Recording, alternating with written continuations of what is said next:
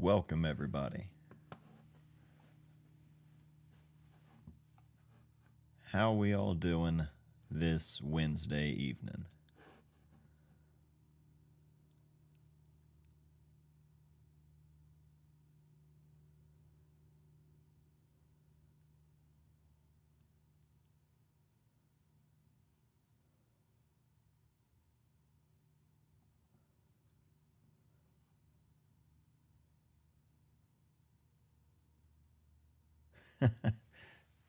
Not Barry White. Although I'll take that. That's high praise. Welcome to the Wednesday night stream, everybody. Welcome to another different setup here. I've got somewhat of a makeshift wall back here with some of the shelves that I brought out, and I'm trying out a different setup, kind of separating the studio area from the general population area. That's what we're calling the rest of the barn, where everything else is that isn't photography related in some way. And yeah, I think this is going to work out well. How's everybody doing tonight? We're getting started a little bit early, so I'll give everybody a few minutes to file in. If anybody has any specific books they'd like to take a look at tonight, let me know, because I don't have any picked out just yet, but I am excited to look through some, because I've wanted to all day. I tried to get out here earlier, just me and Forrest, but he wasn't having it. He had other plans, so. Also, let me know how the audio sounds. It should be a little bit lower, quieter than in previous streams, but I think it will hopefully sound better. But let me know. I need the feedback.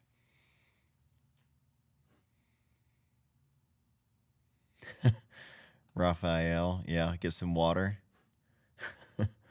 Calm down the BC powder. Loving the studio evolution. Oh, thank you. Appreciate it. I want to make a video like basically just documenting like this is where the barn is right now, because it is I don't know, it's been a minute, and this winter we had a much rougher winter than I thought we were going to, or at least than we have in recent years. Because of that, a lot of the like downtime that I was going to spend working out here on different things, I just simply didn't, because it was so brutal.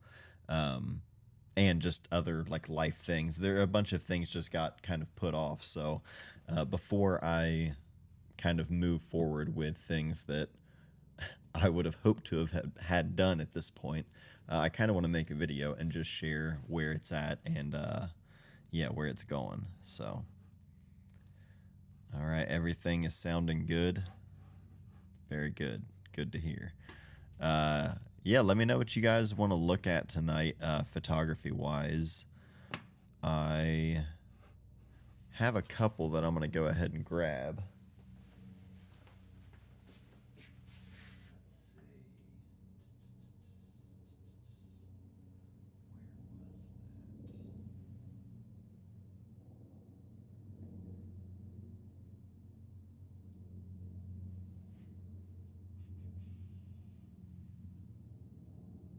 Now I'm blanking on it.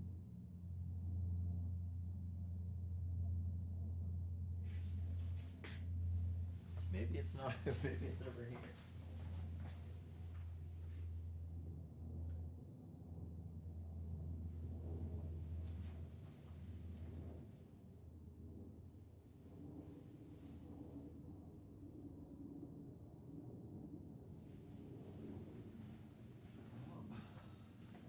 We'll save that one for a different day. Let me grab a Herzog front side.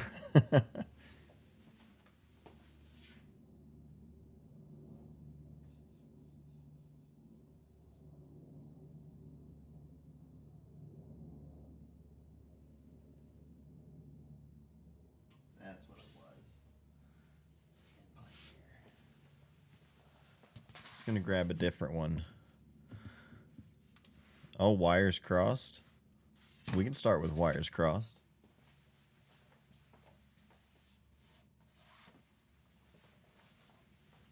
I will happily start with this one. Now, another new thing we're going to be doing here. We've got a slightly different setup on the overhead camera, so you all can let me know how this sounds and looks as well. But I'm trying a different setup here, basically just simplifying, putting everything all in one spot for me. There we go. That way it's a little bit more streamlined. So we'll see. One thing that I loved about this, if you haven't seen this, this is Wires Crossed by Ed Templeton. Basically like the book on skateboarding photography from Ed Templeton, his entire career. It's not necessarily skate photography in the sense of him being a photographer there for the sense of getting the trick, but being a pro skater and carrying a camera with him everywhere. So this is also Ed's work in general is one that with being live right here, I sort of have to be like one page ahead.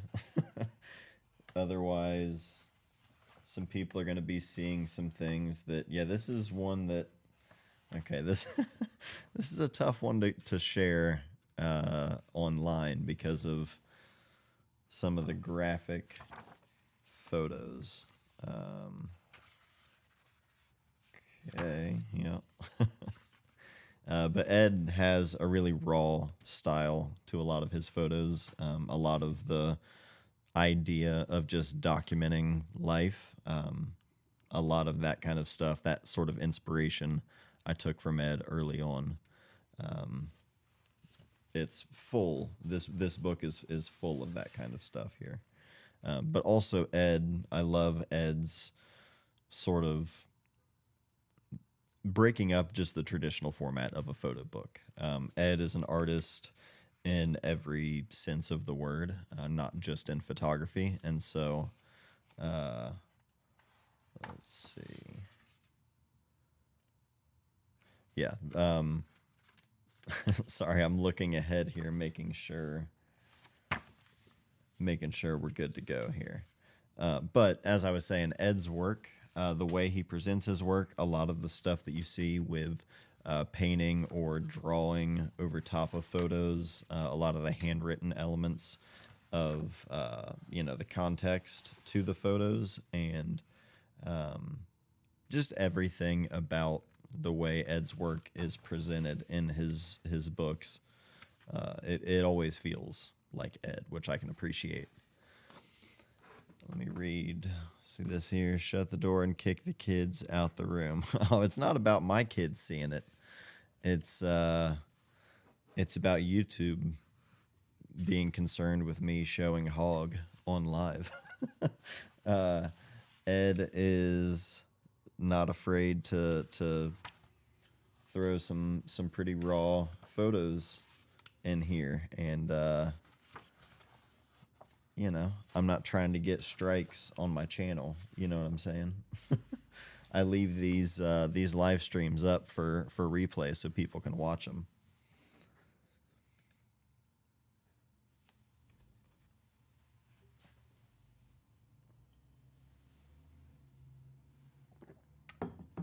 G Taylor, what's up?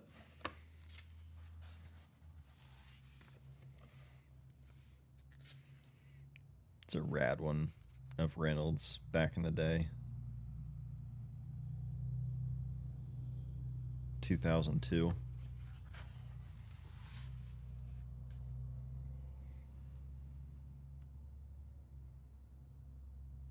Let me know how much of that background ambient sound you guys can hear. If you can hear the trucks, and a little bit ago the ducks next door were going wild. Matt, what's up? He says I'm 3 minutes late and we're already jumping into books. Yeah, we didn't waste any time tonight. Got started a little bit early, and I thought we would just jump in. Huh, jump in.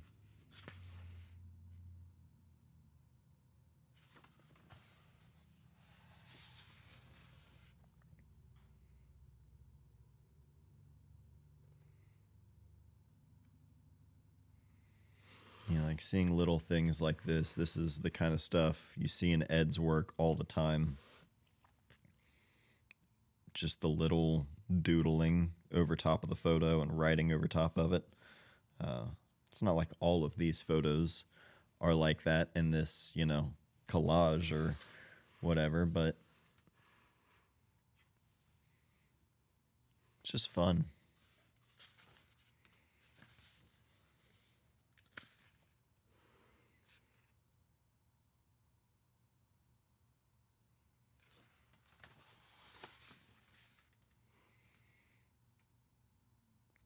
Has Ray Barbie made a book? No, he hasn't, but he did make, whoops, he did make, as I was saying, Ed's books are full of stuff. Um, Let me grab a placeholder here. Ray did have a little zine. It wasn't really a zine, but it was like a small booklet of postcards of X-Pan photos. And yeah, I'm going to try to find that. 1 second.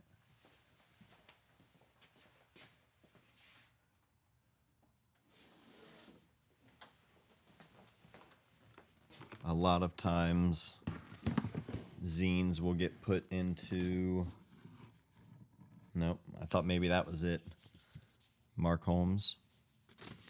He's been here on stream in the chat a couple of times. Maybe he'll see that. But a lot of times, zines will end up in... I have a bunch of these over here. And I also have, like, totes full of zines, like plastic tote boxes, bins. I know I've still got it. It's like all X-Pan postcards.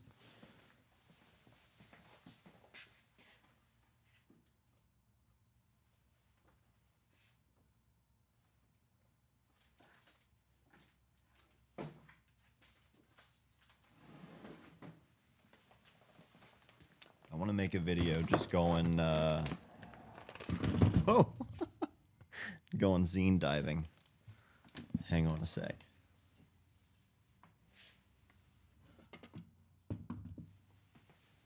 Pushing you off the desk here. All right, that's the one I just went through. Huge, let me see. Huge what? RB fan. This is awesome. Oh, yeah.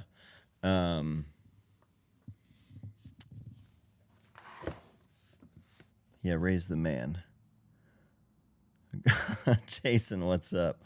Mullet in progress. I could get one, dude. Where are we at here? If I buzzed the sides, we'd be getting there. Let's see. Let me find. I know I've got one, or I know I would have put it out here.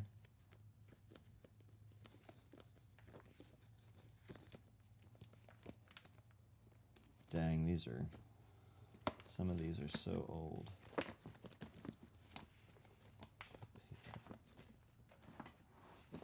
Not in that one either.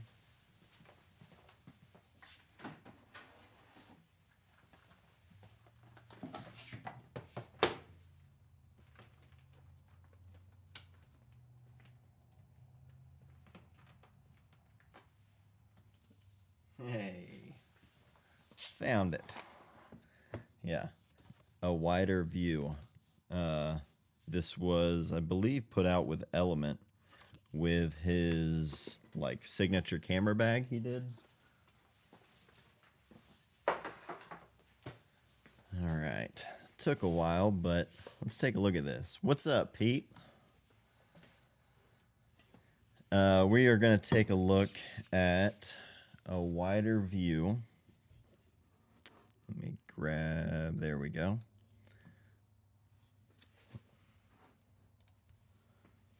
So this is a wider view, Ray Barbie.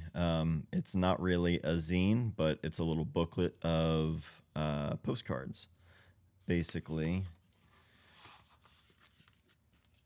this was put out by Element Skateboards, all photos of Ray's with the X-Pan. Make sure I'm not missing any, yeah. But it's printed really well. It's like, it's almost got a sort of old school darkroom fiber print kind of feel to it. You know, it's like a thicker cardstock. But yeah, it's just, you know, postcards. But I'm not going to use that. I'm not going to get rid of these. Like I said, this is this is the only form of Ray's work that I own in print form. Well, I have some like prints we've traded, but nothing like a zine or a book other than this. So listen to those creases. Listen to that. I don't know if you can hear that.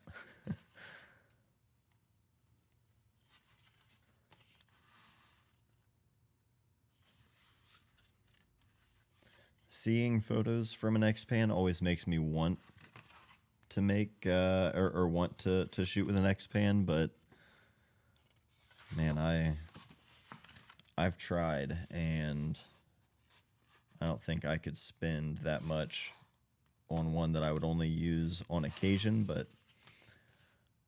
yeah, A Wider View by Ray Barbie. What's up, Frank? Just now seeing you in the chat. Good to see you. I wonder how many times he's heard that before. Heard what? I must have missed something. Have you ever reviewed the masters like Kudelka or Salgado? I don't have any books by Kudelka or Salgado. I know of like Exiles and what's the Sebastian Salgado book? The one that I can picture the cover of the book. Is it called Genesis? Or am I thinking of someone else?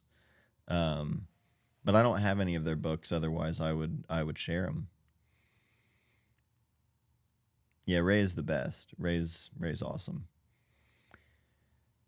Really want to shoot panoramic. I got a Horizon earlier this year, and I had to send it back because it didn't work. Oh, that's a bummer. I used to, I tried a Widelux that my friend Matt let me borrow briefly just to try it out. And I shot some photos out in the cemetery working with my dad. And I want to put a couple of those in the book because I did some of the like Widelux self-portrait where you could see me holding the camera, but you could also see my dad in the background working. And I want to use one of those photos at least as sort of like a full spread across across the spread of a book at some point. And I've always wanted to pick one of those up again just to try it out and you just experiment with because it's such a different kind of camera, but that format just seems so tough for me. Oh, what's up, Tim? I just saw your message there.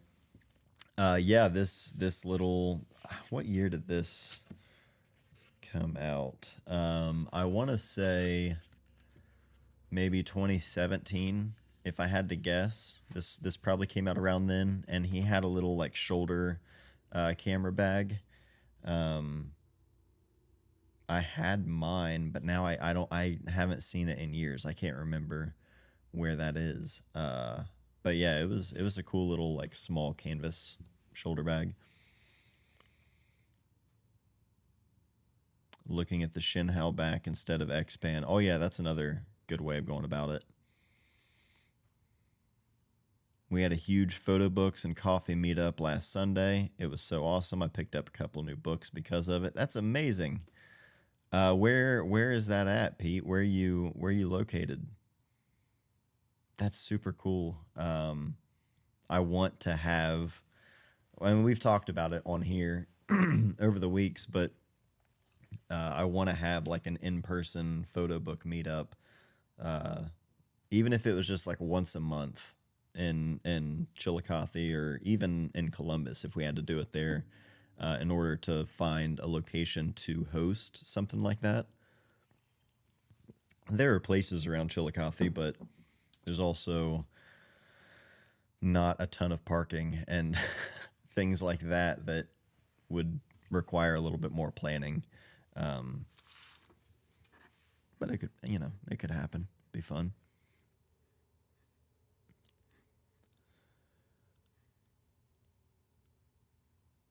I cannot really imagine why Ray has not made a formal book. I'm sure he will at some point. I love panoramic photography, but scanning and displaying are tough. Printing might be too. Yeah, that's. I mean, finding something that works in that composition is one thing, but yeah, that is another aspect of like finding a place to put everything.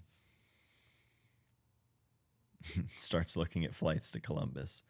Yeah, Columbus is 45 minutes north of here, so it's not a far drive at all. Columbus is a good central location. In New Hampshire, that's right. There's a group called New England Analog, and we had it at a cafe. Had about 20 people and probably about 60 books. That is amazing. That's so rad. Photo book gold. Oh, I missed one. Which book we talking about? Benji. Benji. Oh, okay, Salgado. Gotcha. Okay. Gold by Salgado. I'll look into that. Oh, what's up, Zach? Zach Dowdy. Uh, I was just reading your post on your story, like right before I got on stream, and was just thinking, couldn't agree more with everything you said, man. These weekly streams are a nice escape for seemingly other people, from what I've heard, and also myself from all the bullshit in the real world. So yeah, appreciate you spreading the good word as well, man. What's the hat say? Oh, this says front salad, back salad, front blunt. You can see how faded and sweat stained it is. This is a small nod to a classic skate video. It's one of those things that if you are in skateboarding, or especially if you from a certain age, if you're above a certain age and you've been skateboarding, you'll immediately get the reference. It's a deep cut, but it's one of those things that if you don't know it, people are like, what the hell does that mean? Um, but yeah, it's simply for the ones who know. It's just a fun little Easter egg. It's from the video Yeah Right, from Girl Skateboards. Owen Wilson. If you just search up Owen Wilson Girl Yeah Right on YouTube, you'll find it. I swear, Owen Wilson really hit that. It's it's shocking how long I think I believed that he really did that.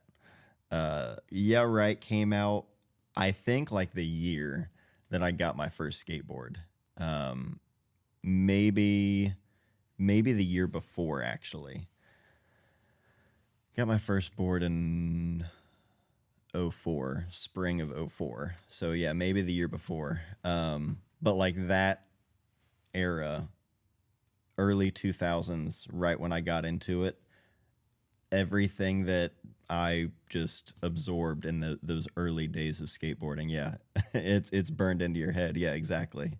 Those are very formative. And I was like 14 at the time. So 14 years old, going through a relatively traumatic family situation, and then got my first skateboard and camera, and then got into all of that. So it just immediately everything, that's what I latched onto. So like yeah, that's where most of me comes from.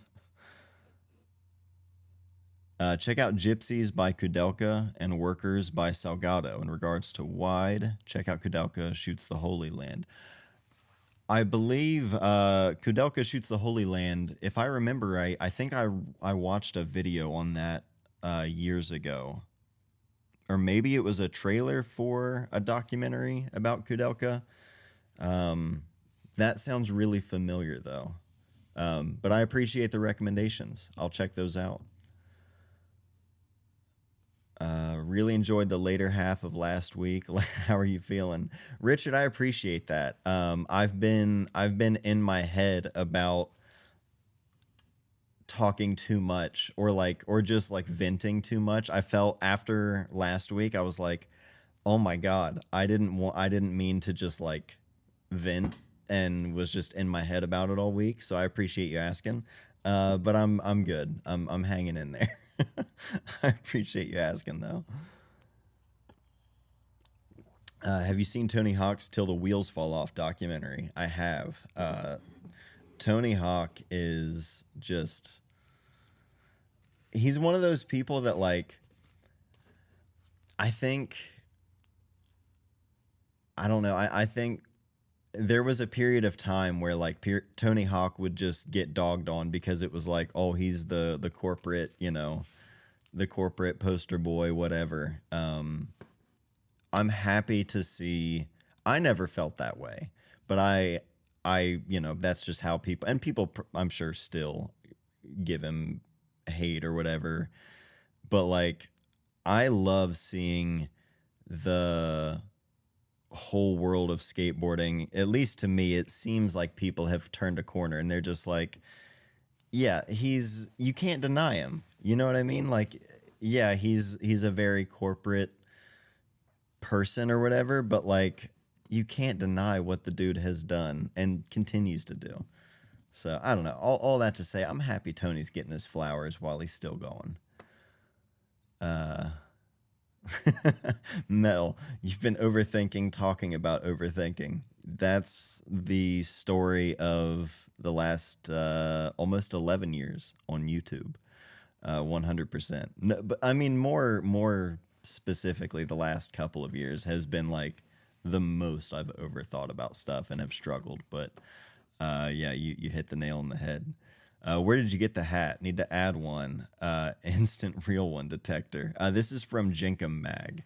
I have a black one and a brown one. They might have done them in another color as well. Yeah, Jenkem Mag. Every once in a while they'll restock them, and yeah, it's a good one. Got any skateboarding zines? Absolutely. I probably more skateboarding zines than anything.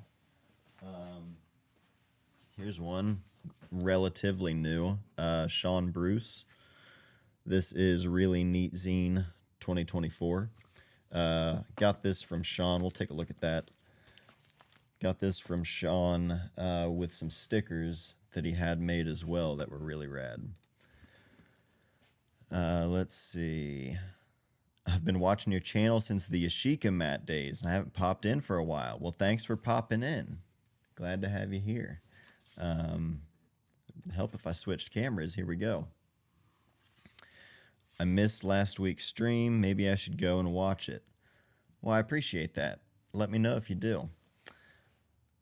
I didn't realize he almost wrecked his life at such a young age with the early fame. Yeah, Tony's story is wild. Kudelka's X-Pan work is so good. I've always wanted one. Got to see him speak when he was releasing that doc. Oh, that's amazing. That's super cool.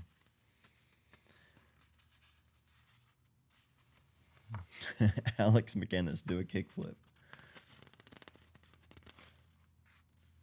All right, so this is Sean Bruce, edition of, if you can see it there, 50.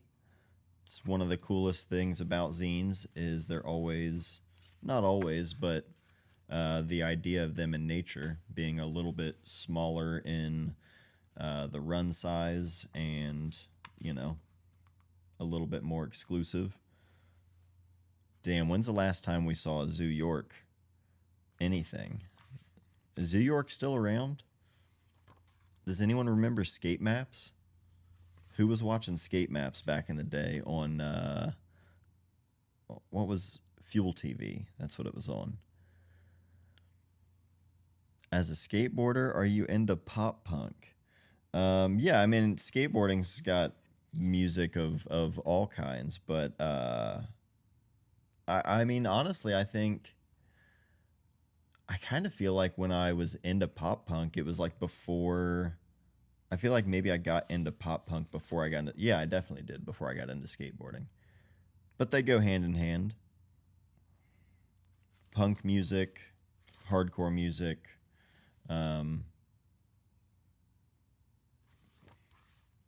Like I said, I mean, you can get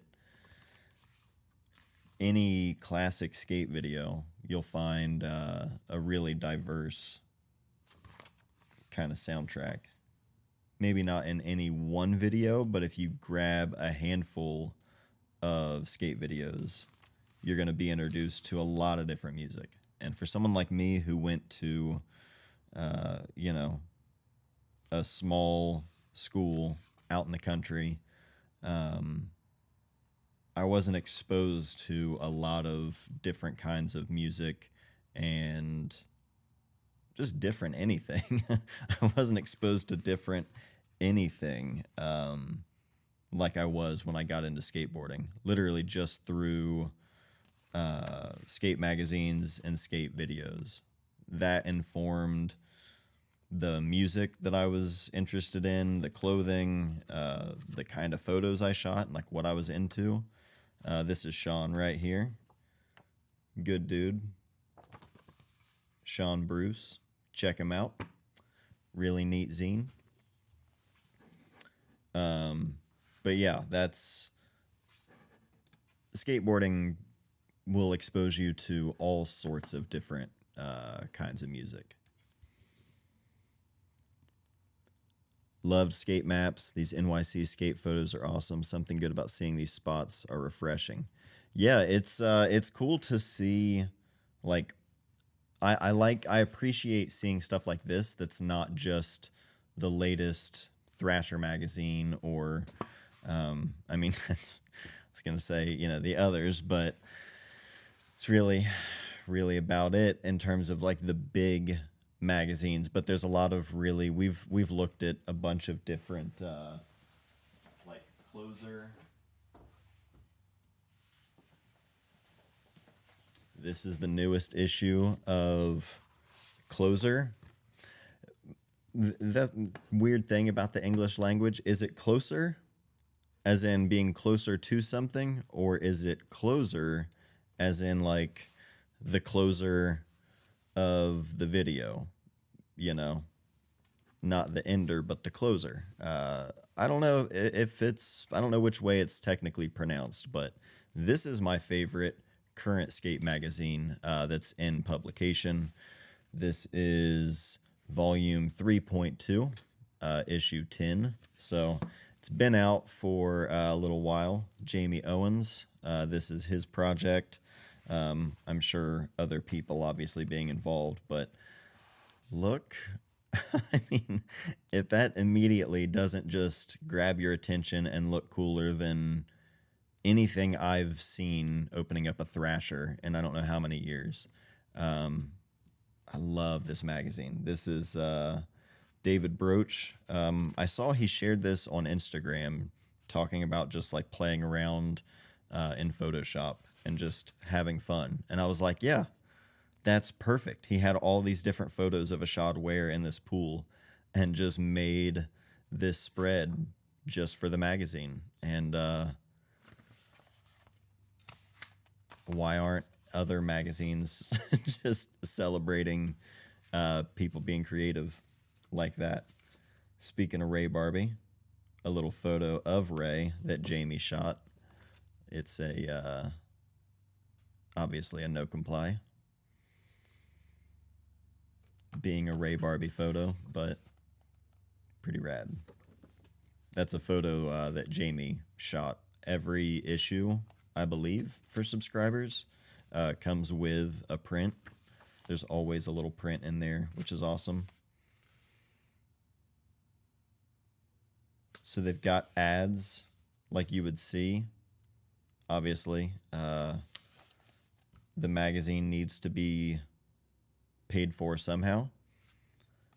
Words and photos by Matt Price for the cover story. I think we talked about it on stream, or maybe I mentioned it in the video that Matt did on the channel.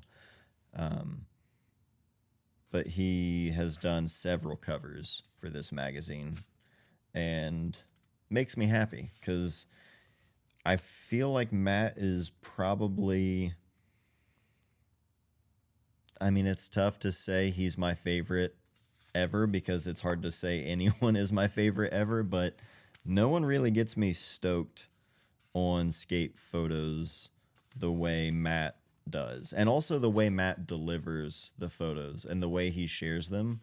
I don't know how to explain it, but like he just did this thing on Instagram you need to check out. It was for, I think it was for a Nixon ad, but the way he shot it and the way it was presented, it was just fun and refreshing. He like recreated a photo, the classic Chris Miller pull cam photo that Grant Britton shot. It's super, super good. This is a little interview with Jacob Rosenberg. If you haven't seen that one, I had Jacob on the channel to talk about this book. Super, super nice person. It was awesome to have him on the channel and share his story and about the book.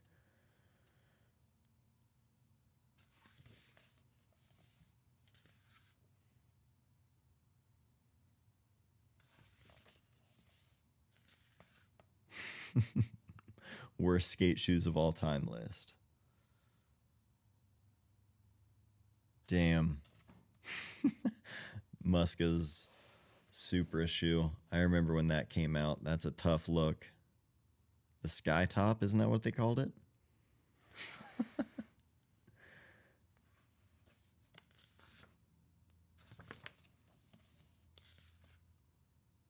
Yeah, this feels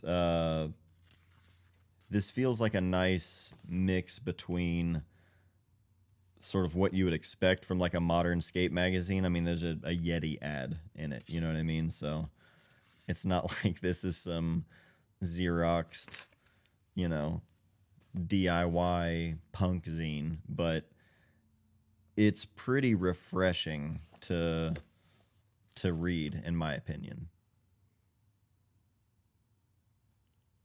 Frank, I used to have those Supers in red. I'm not a skater though. That's the thing. I feel like that shoe was everywhere. It just wasn't. I didn't see. I didn't see it. You know, at skate parks or anything. I saw it.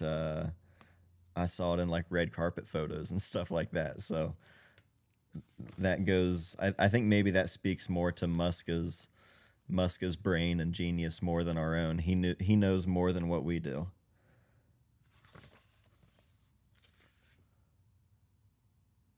But yeah, a lot of good interviews and articles in the magazine, but the focus on just the photography and the way it's presented.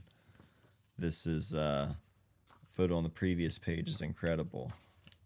Must have missed one. Might have been this one. I love this one. Yeah, great magazine though. I could talk about it on and on. If you haven't checked this one out, definitely check it out. It's worth it. But yeah, what we were going to look at is, and let me know if you're interested, because I think it was maybe, might have been last week, whenever it was, we were looking at Mark Steinmetz's books. Someone asked about Irina Rozovsky, his wife, and In Plain Air, which is one of my favorite books I have right here, and we can take a look at that here in just a minute. Bright purple Supras. Definitely added 30% skill for bowl sessions. Oh, okay. I feel that. Do you know if back issues of Closer are available for purchase? I'm not sure actually. Check what's their website?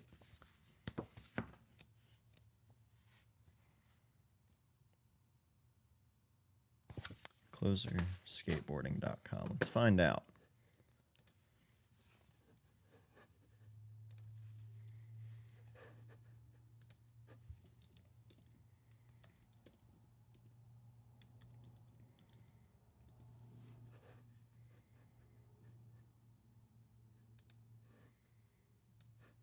Yes. Although it doesn't look like every issue is in stock, you can buy previous issues, including issue number 3, which is one. I'll grab it. I'll show you which one.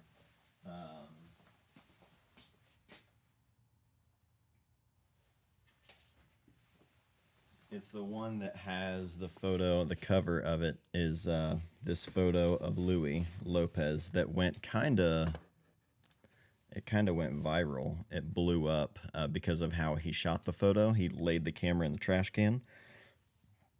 It's one that he, I think whether he likes it or not, it's going to be brought up every time now when people bring up his name or his work. But this one, you can get this issue on Closer's website. They're all good. I mean, all of the covers are rad. I love how minimal the covers are. It really lets the photo just, you know,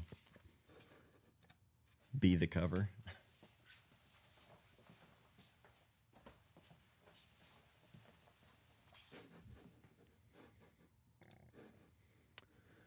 Let's see.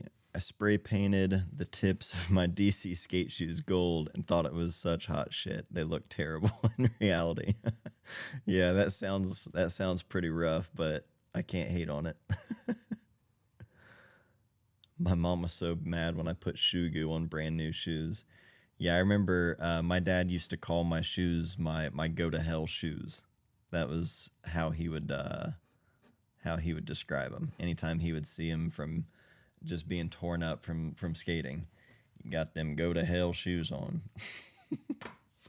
Yep, sure do. All right. Let's take a look at Irina Rozovsky. Love her work. This is going to be completely different than what we were just looking at with the skate photos and everything, but it's great. Move this tripod over. All right. Parents would get livid with those Ollie scuffs on my good shoes. Yeah, I would always, I kind of still do it. I'll have, a pair of like plain black Vans as my nice shoes.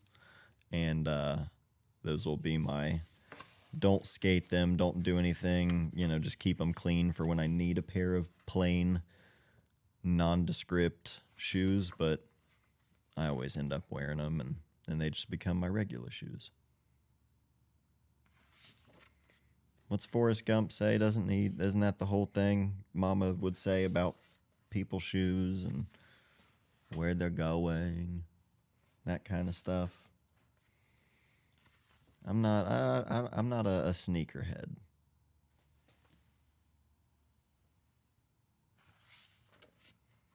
So these are all photos made in Prospect Park in Brooklyn. And when you're looking through this book, at least for me, the first time I saw this book, I had never been to Brooklyn, but it definitely wasn't what I thought it was. Seeing this didn't make me go, oh, I'm assuming this was all shot in Brooklyn. So.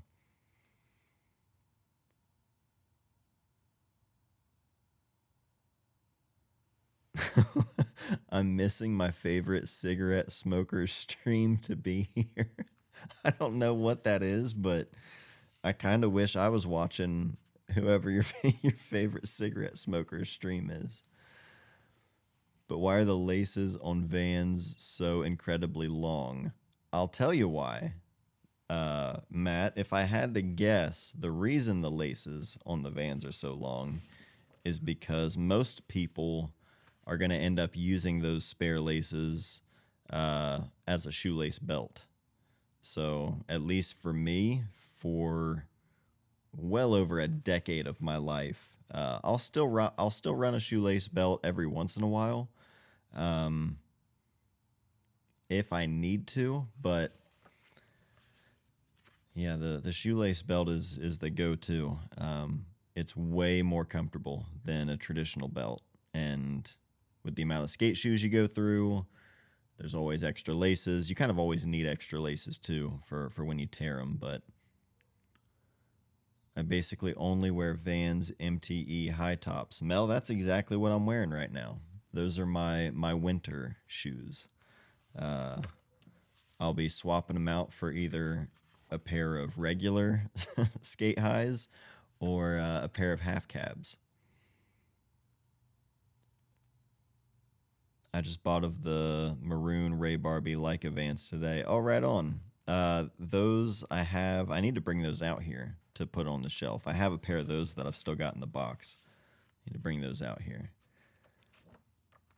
Josh says, do you consciously or subconsciously view photographic work differently when you know whether the work was created digitally versus on film? No, I did years ago, but I think that really just over time, like, just kind of fades away. I think when I first started shooting like medium format and getting into like different cameras and exploring a lot of that stuff, everything was much newer to me than it is now. And so I think back then I was just naturally, you're just naturally more curious about that kind of stuff when you're sort of figuring it out on your own, or like, you know what I mean? Just like experiencing all of that for the first time. So I say that to say, if you do find yourself wondering that, it's okay. It's not like, I don't know. I think sometimes people, you get put into a box of like, oh, you're asking about the gear. Well, you don't get it. You're not a real artist. You're not a real photographer if you're caring. And it's like, you can ask questions and you can wonder about those things because you're curious. You know what I mean? The choices in what camera you use, what film you use, what lens you use, all of those choices, they're just choices, and they're not going to make the photo for you. But being curious about that or asking about that, and just, it's not a matter of like, tell me what lens you used and that's the answer. It's more of, tell me what lens you used and why. I think that there's no nuance in that. You everything online is either, it's not about the gear doesn't matter, or it's all people talk about, if that makes sense. Like it's I don't know. I don't know, I don't know how to explain it, but all that to say, I think I used to be more curious about stuff like that than I am now. And I think that just comes with time. I think over time, that sort of stuff, you either will be able to know just instinctually, by the look or feel of something, or it's almost to the point where it's like you can just fill in the blank for yourself because it doesn't matter to that extent. Um, yeah, I hope that makes sense.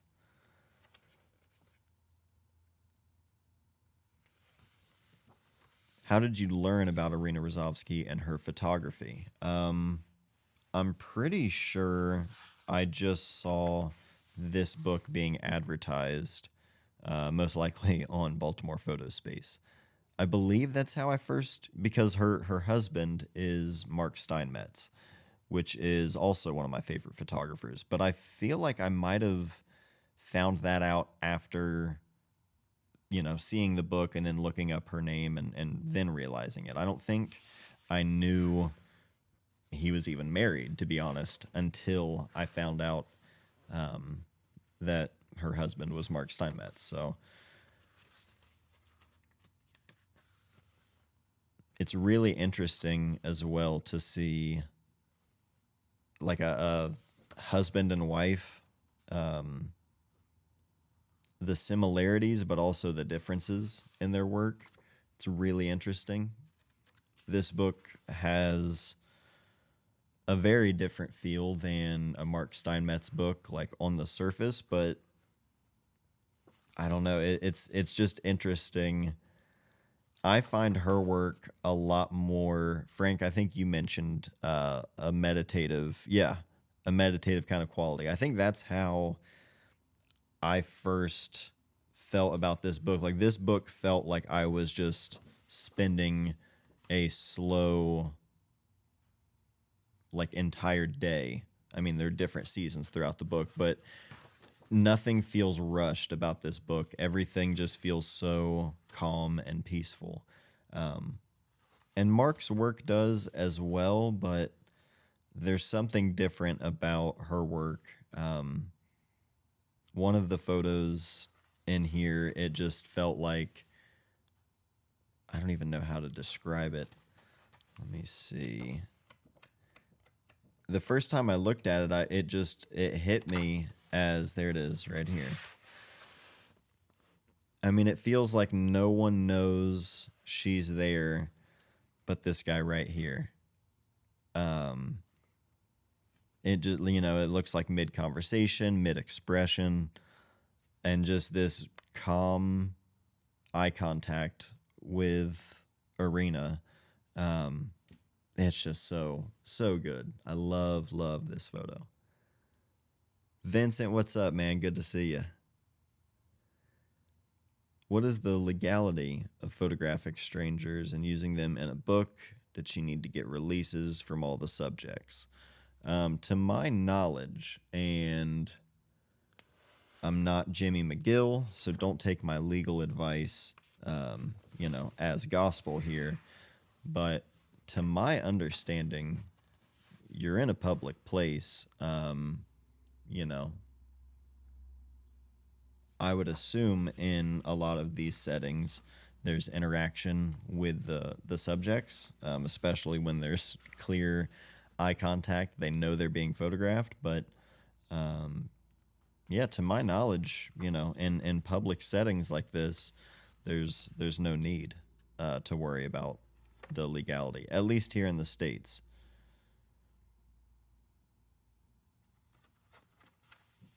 Frank, believe it or not, because I wondered the same thing. I thought maybe she was using like a Mamiya 7. I thought maybe it was something like that, something quiet, and I can't remember what it was. Maybe it was a podcast that she did, but she mentioned a Pentax 6.7, and I thought, wow, you would not expect, because some of these do feel like this very quiet. I love this one right here. There are some of these, yeah, that just feel so quiet. I mean, obviously, that's not going to change. The shutter sound isn't going to change the entire scene, but it is funny knowing that in hindsight and looking at these little intimate moments and just hearing ka-chunk, like.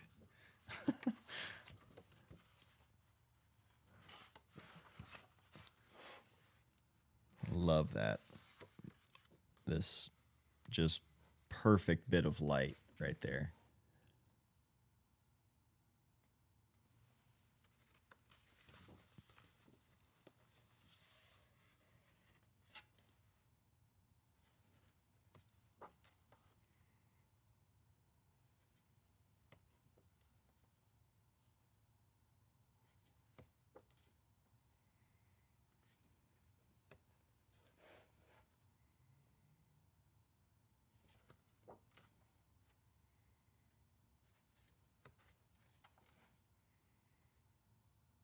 Yeah, Prospect Park. Excuse me, Prospect Park, Brooklyn, 2011 to 2020.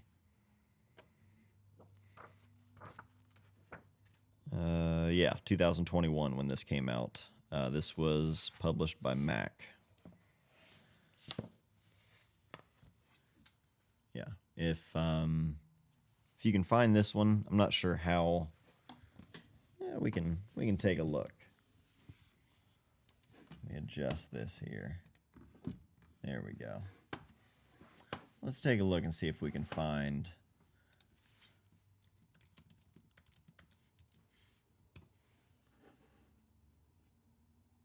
Amazon has it on stock, in stock, but I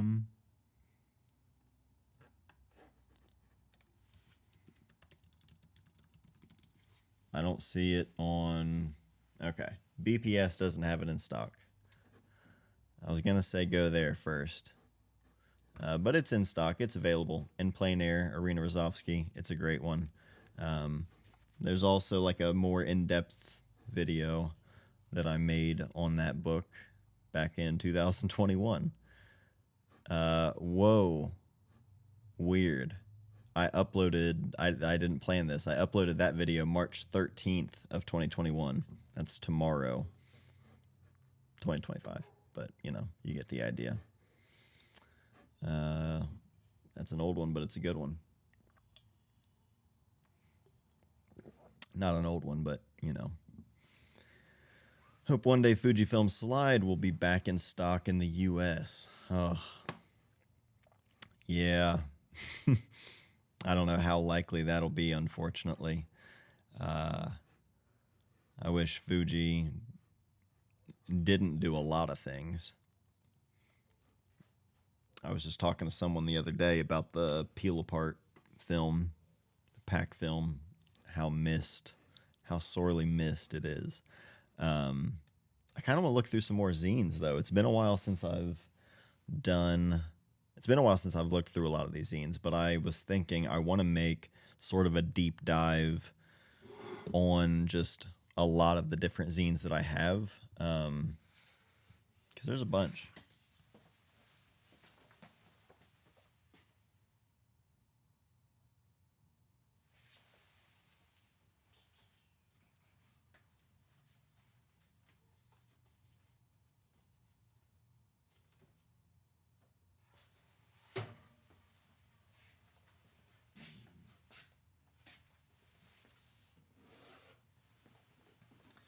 Think.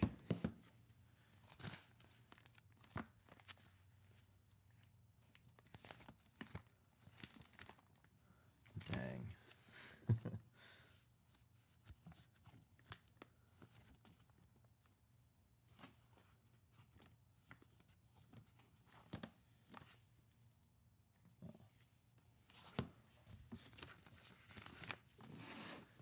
Oh, to have peel apart, such a joy. Yeah, man, it was the best. FP3000B is the one I miss, I think, the most. Oh,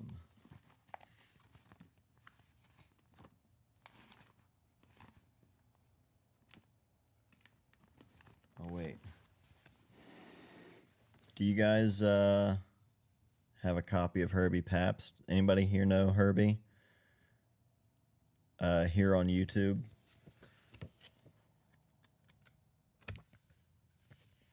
Legend. Sold my last pack of peel apart film. Sold my last packs of peel apart to buy my Leica. I was too scared to use it. Well, hey, I can't say I blame you there. When I bought my M6, I basically threw everything I had at it in order to cover the cost, because I knew I was going to actually use it, so it was going to be worth it.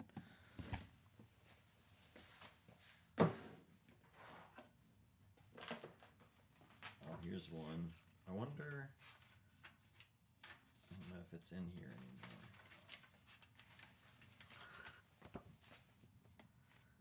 This was the original friend of mine, and it's covered in coffee. because it was at the coffee shop in town for a long time, and the amount of coffee spills that got all over it. And I loved that it got just wrecked and abused over the years, and we never swapped it out. But once they basically moved to a different location, I asked to keep this one when we replaced it.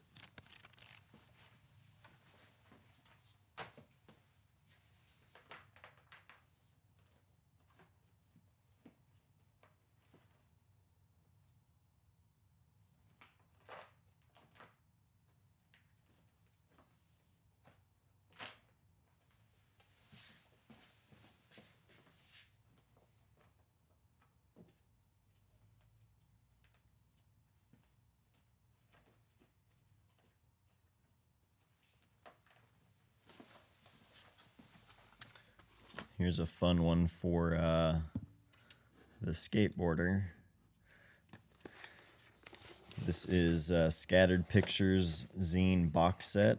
And so it's a collection of zines from all sorts of different photographers.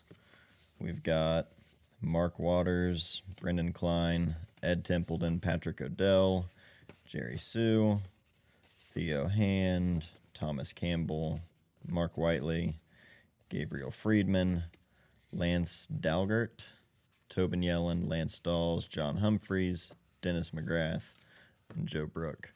And just a very small, like, very affordable, very accessible in terms of, like, what it takes to print. Just talking about peel apart film. Look at that.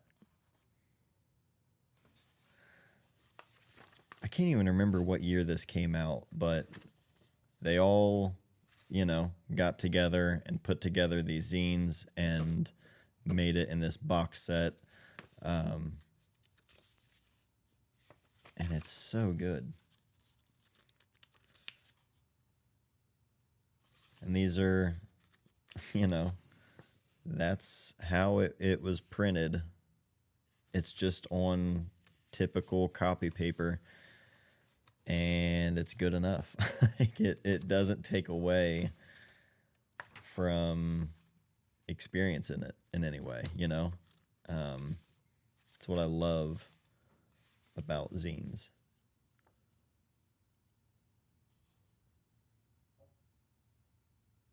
It's so good. Ardo, yeah, there's as a matter of fact, I love these. Let me grab one.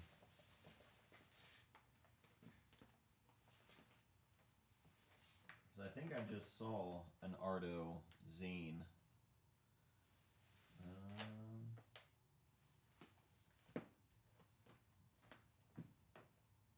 There it is. Not his book, Bike Path, but Side Mission, Cuba.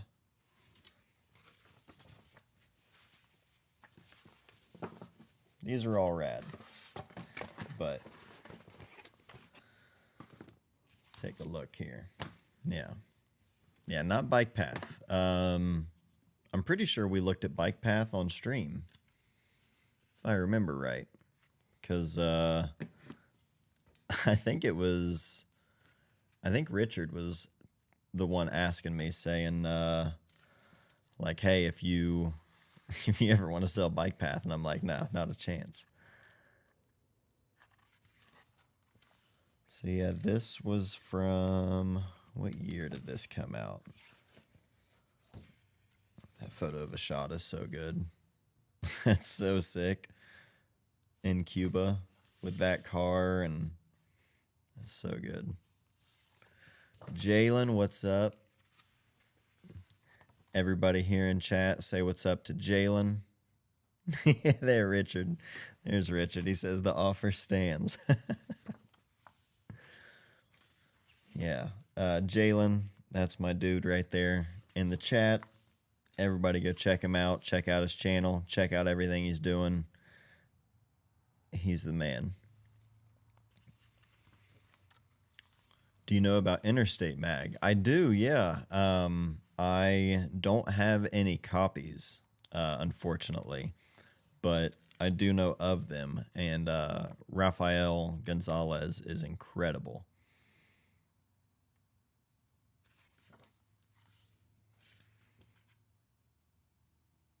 Yeah, Ardo is so good. If you haven't already seen the Ardo Sorry episode uh, of Let It Kill You, it's an incredible series.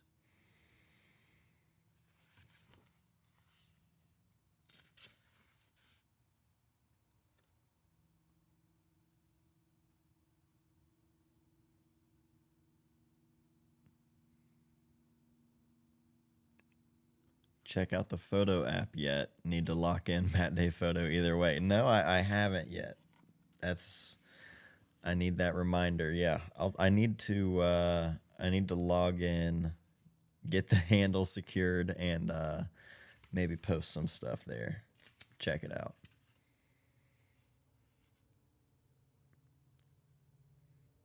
I really like the Parable zines produced by Sean Tucker. I haven't got any of those. I need to get some of those. I have his book. What is it? Meaning in the Making. I believe, if I remember right, I believe that's the title of it. I've talked to Sean just briefly, but super nice guy. Oh hell yeah, Jalen. Keep me posted on that. I want to see some progress photos.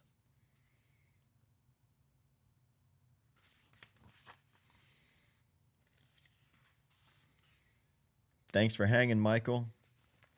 See you next week, man.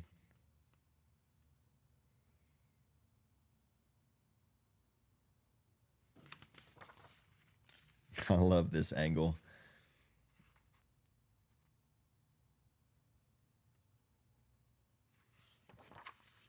Any photo prints you were happy to have in your collection that you could share? That's a great question. And also, what's up, Charles? Good to see you, man. Uh, Photo prints in my collection.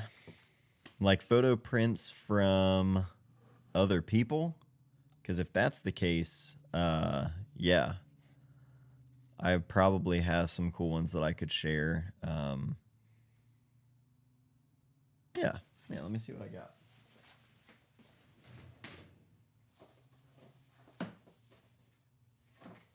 Okay.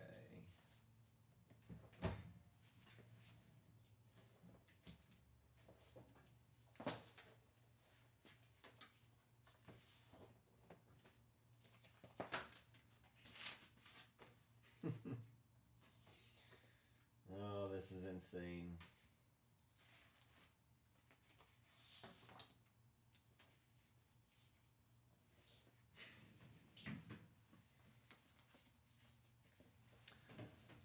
Yeah, this is a problem. There's so many drawers that I need to go through. But I want to essentially make like if you've ever seen the series Raiders of the Archives, look that series up. Roger Bagley, he's been uploading them to his own YouTube channel, which is great, but they used to be on Skateboarder magazine. But being able to, he essentially would go into different people's, studios, and they would just dig and like find random stuff. And there's so many things in this tool chest, different prints from all sorts of people. My God, this is a photo of a shot by Matt Price, as well as this one that we were just talking about, the closer cover. I have a print of that as well that still needs framed. That's the problem, is like I have so many loose prints. I have some boxes that I have got prints stored in, but a lot of loose stuff.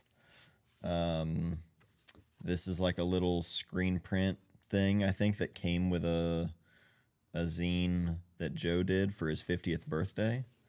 So I've got that. I just grabbed like the top stack of stuff in this drawer. Here's a photo by Caleb Jenkins from 2017. I just always loved that photo, and so I think we traded prints. There's a Cuba photo from, I think Joe shot that one. He didn't sign it. There's no name. I'm pretty sure Joe shot that one. Greer. What else? I think I shared this one on stream once before as well, from Willem. Let me make sure there's no address. It's my old address, but I'm not going to put Kevin's address out there. Kevin Horn. This is a print I got from him a long time ago that I've yet to frame, but look at that. Bam. Kickflip catch. Super good. It's like I've traded prints with so many friends, and I've bought prints from so many friends. Most of them are just in boxes, and I get to dig through them every once in a while, but you know, it's part of it. Oh, nice. Rob Hahn. Diesel Fried Chicken. Got this print from him. Let's see what's in here. Looks like some test strips here. Wonder when did I print these? I don't remember. That's a Mamiya 6 photo. I don't remember printing those though. Do you plan to sell prints on your website anytime in the future? I have before, so I'm not opposed to it. But right now, I mean, yes and no. I don't have any like big plans, but I plan on making prints that I will sell. So I guess to answer your question, yes. I don't know.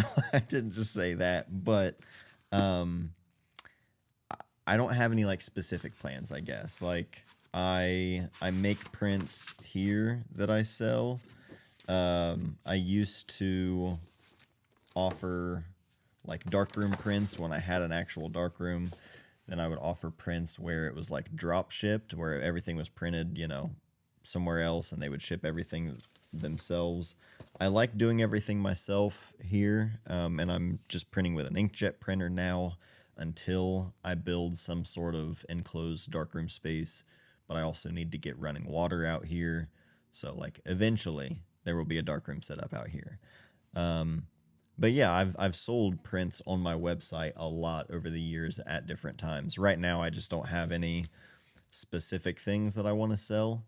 I kind of want to go through like my entire archive and just reevaluate everything and like start from scratch.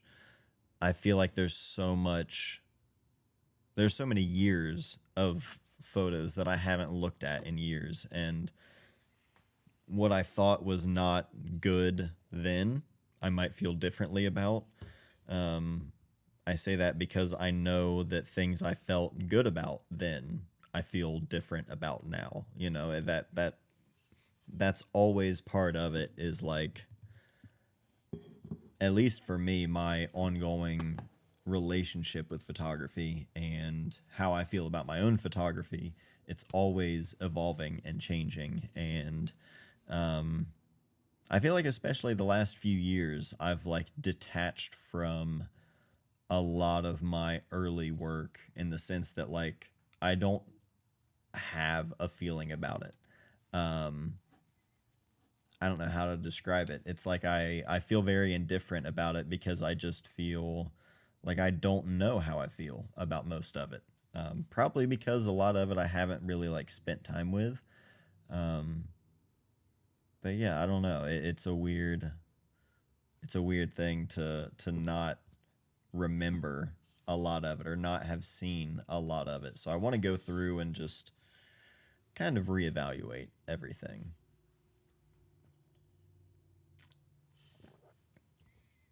I have one of your Polaroids of the paper plant smokestacks, which I got from your website a while ago. Oh, that's awesome. That's another thing that I had fun doing for a while was just selling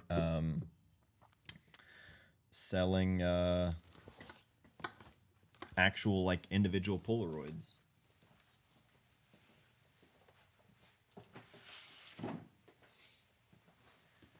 Let's see. Use Darkroom. In terms of like selling prints, I've heard they're good. Like the actual service Darkroom, not a Darkroom. Would like to see another book or zine. Okay, what do you guys have in mind? Member selected book, just a thought. Absolutely. What would you like? Bike path?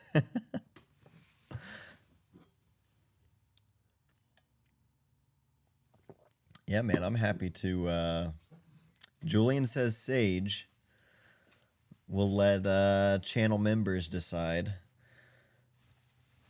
They're gonna get first dibs on choice or recommendation. I have the Printique integration for my print shop. It's a pain to set up, but seems to work. Okay.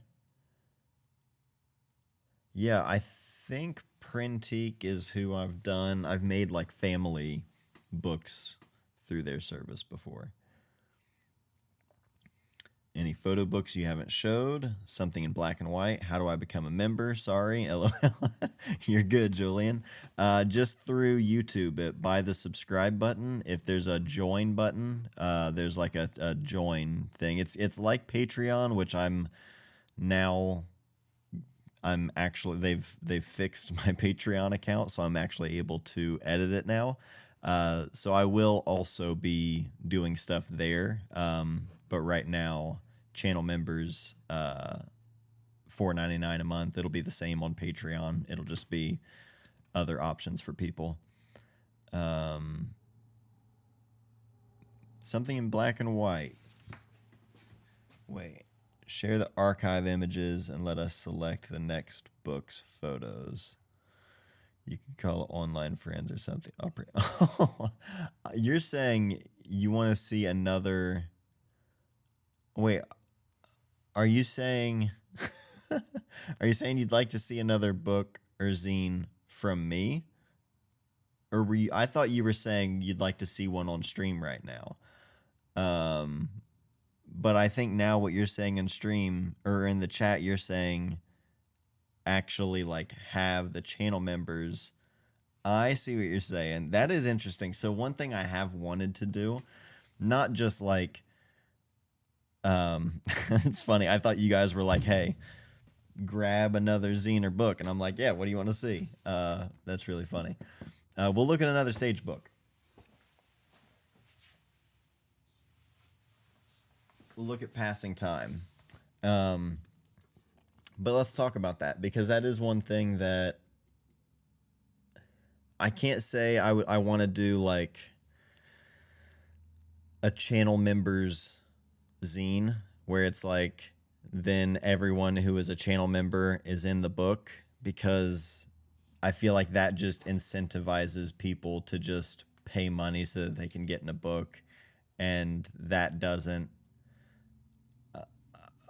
that I'm not sold on that, but I like the idea of having some sort of like collaborative zine that's like I don't know if quarterly would be something, I don't know, but like there could be something of like making a quarterly, like an actual physical publication with the community involved, whether that be sharing the work, also not just like photos, but articles, like actually having written articles and interviews with photographers as well, and not just people sharing their work.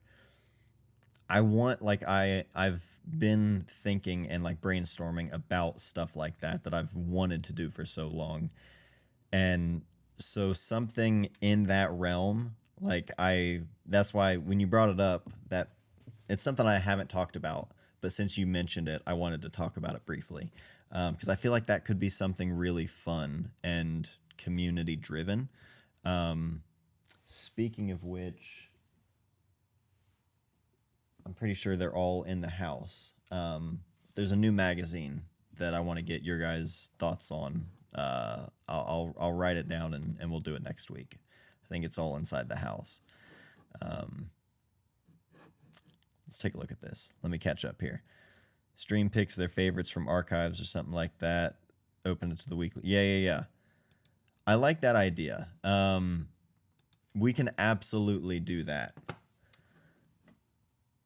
Was Richard saying have members pick photos from your photo archive to make into a zine or book? Yeah, that's what he was saying, which would be interesting. I do kind of like the idea of like the one that overthinks everything, me, taking away that power so I can't overthink every little decision.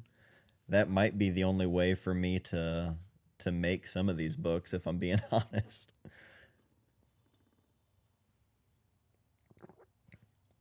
Oh, Tim, I love that idea. Tim said it would be cool to do a PDF version we could print out and put together on stream. That would be super fun.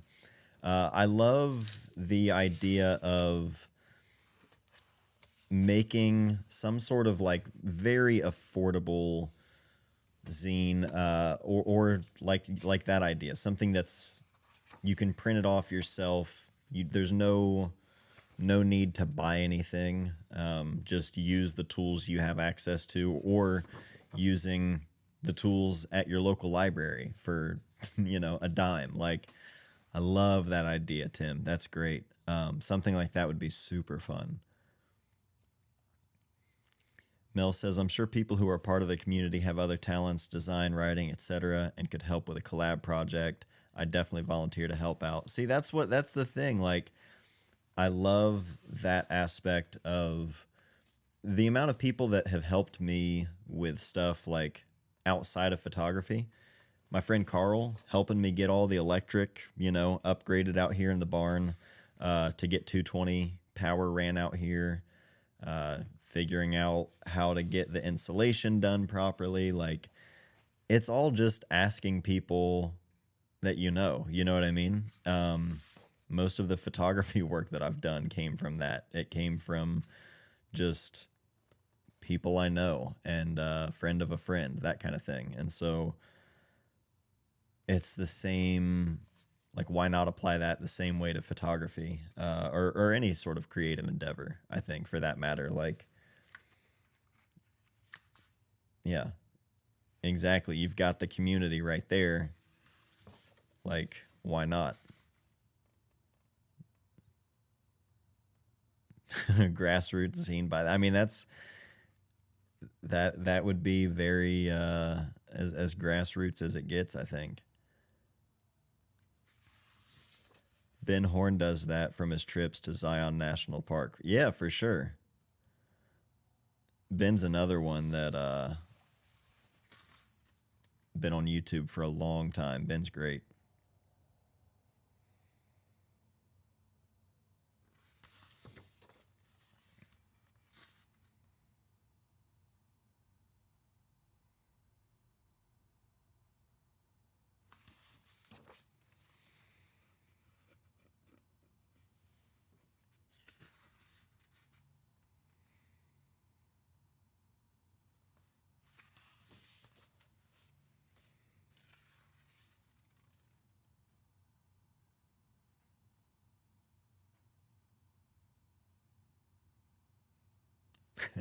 Richard says, once again, I'll pre-order now. I appreciate that. We'll we'll have to do something. Something like that would be a lot of fun.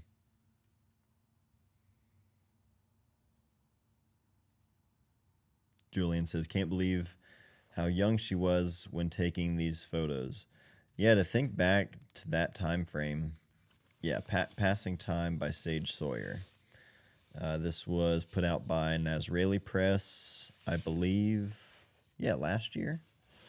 It was around the time that I had her on the channel.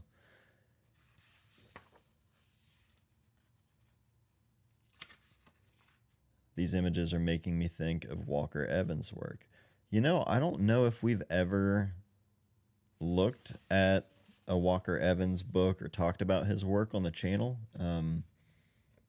but I feel like American Photographs is probably one of the books I've had the longest, if I had to guess. I think it was one of those, like, Walker Evans is one of those names, at least for me. I can only speak for myself, but someone who didn't go to art school, or like had any sort of like formal education in photography. I'd go to Barnes and Noble and I'm just like, okay, photography books, coffee table books. Like that was I guess not technically my first photo books because I had bought one from Jai Tanju, skateboarder.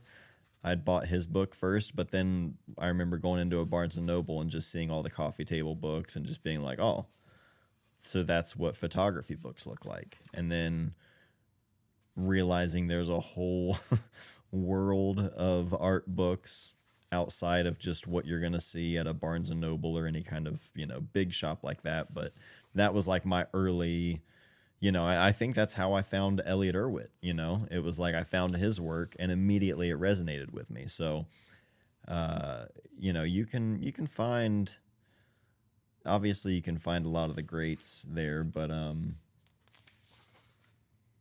yeah, oftentimes you start there and then you figure out who they inspired and so on. Have you talked about any of Matthew Genetempo's books? I would love to hear you talk about Dog Breath or Jasper. I don't have Dog Breath, but I do have Jasper. We can take a look at that. And I believe, what's the name of it? Mother of Dogs. I was blanking for a second. Mother of Dogs. I've talked about, I believe that was in 2023 when that came out. It was in, I think, like my top 10 books of that year. Yeah, love his work. Mel says, I watched a game streamer that had a fan book. It was available free/donation as a PDF, but you could get a printed version that the profits went to charity. That could be cool. Oh, I love that idea. That could be cool too, like having a printed option or a higher quality option, whatever. That could be cool.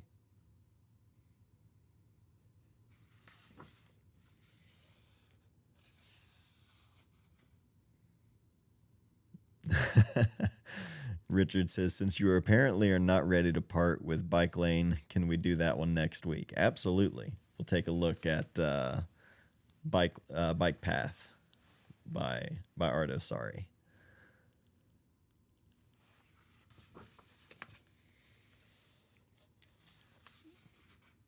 Yeah, Ted Forbes, Art of Photography. Yeah, he shares a lot of stuff, a lot of different zines and self-published stuff as well on his channel.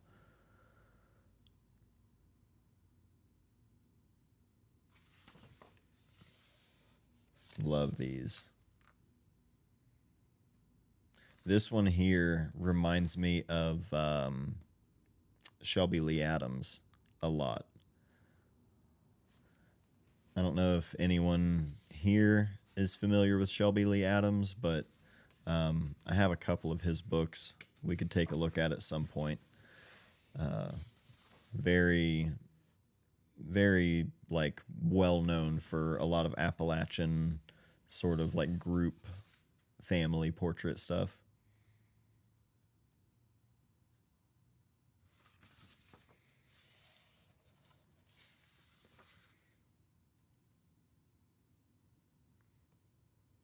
Yeah, let me grab Jasper, and I'll also grab a Shelby Lee Adams book real quick just to give you a quick look.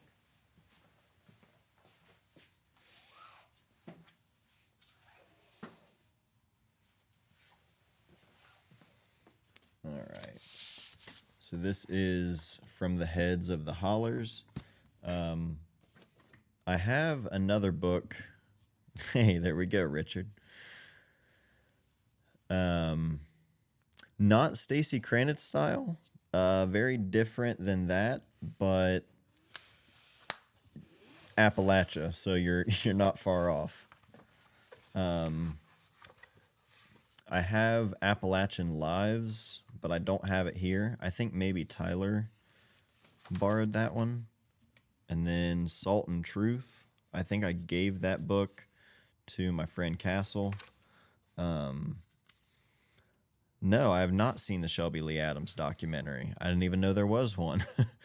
Good looking out, Carlos. I'll be looking out, or I'll be looking that up. Richard says in Richmond, so this one hits home. Oh yeah, yeah. You got to get on. This book is very different than Appalachian Lives. I feel like this book, there's a lot more sort of longer lens, like tighter portraits like this. Appalachian Lives, Salt and Truth, there's a lot of really wide angle, like extremely wide angle portraits. The True Meaning of Pictures, Shelby Lee Adams, Appalachia. Oh, good looking out. I'm stoked. I'm going to look that up. Yeah, I had no idea there was a documentary about Shelby Lee Adams. I appreciate this sort of just I don't want to say simple because simple sounds like it's easy. And this kind of photography is anything but easy, I think. Especially like one of my best friends, Kevin, he always jokes about like, yeah, poverty in Appalachia is in right now. Like that's cool. You know, it's so easy for people to like be on the outside, take a photo of any sort of like poverty and you know, get the cool photographer points because they got some sort of like edgy raw photo whatever. And it's like to make photos in this sort of setting without it coming across as poking fun, not viewing on like the same level. There's just there's a different, you know, there's tact and Shelby Lee Adams' work, I've always really appreciated the humanitarian feel of it, like across the board. I don't know how else to describe that, but especially someone in this region, and I think as well, like a lot of my family, in Southern Ohio and Kentucky, any of the photographers that bring like proper representation and like respect to photographing Appalachia. Julian, you mentioned Stacy Kranich. She's incredible. Yeah, big fan. So this is a great one. That wasn't even half of this book. Yeah, From the Heads of the Hollers, Shelby Lee Adams. Check that one out. Quaid, thanks for hanging out, man.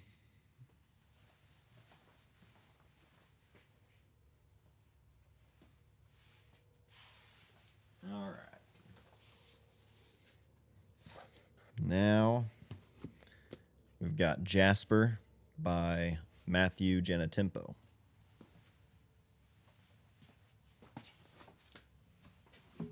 Believe I'm pronouncing that right.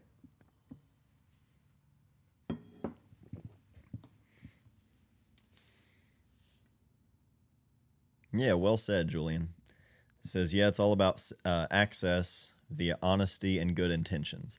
I think that's something that I might have talked to Sage about that, about sort of the idea of like getting people to let you in that way.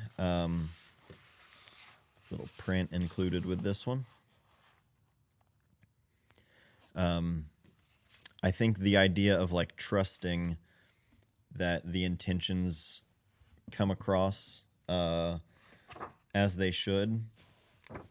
Sometimes it's like, I don't know how to describe it. It's like I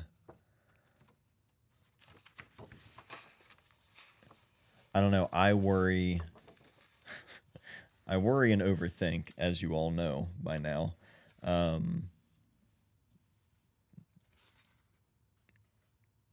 Always worried about the intentions and like not being read clearly or like understood clearly. And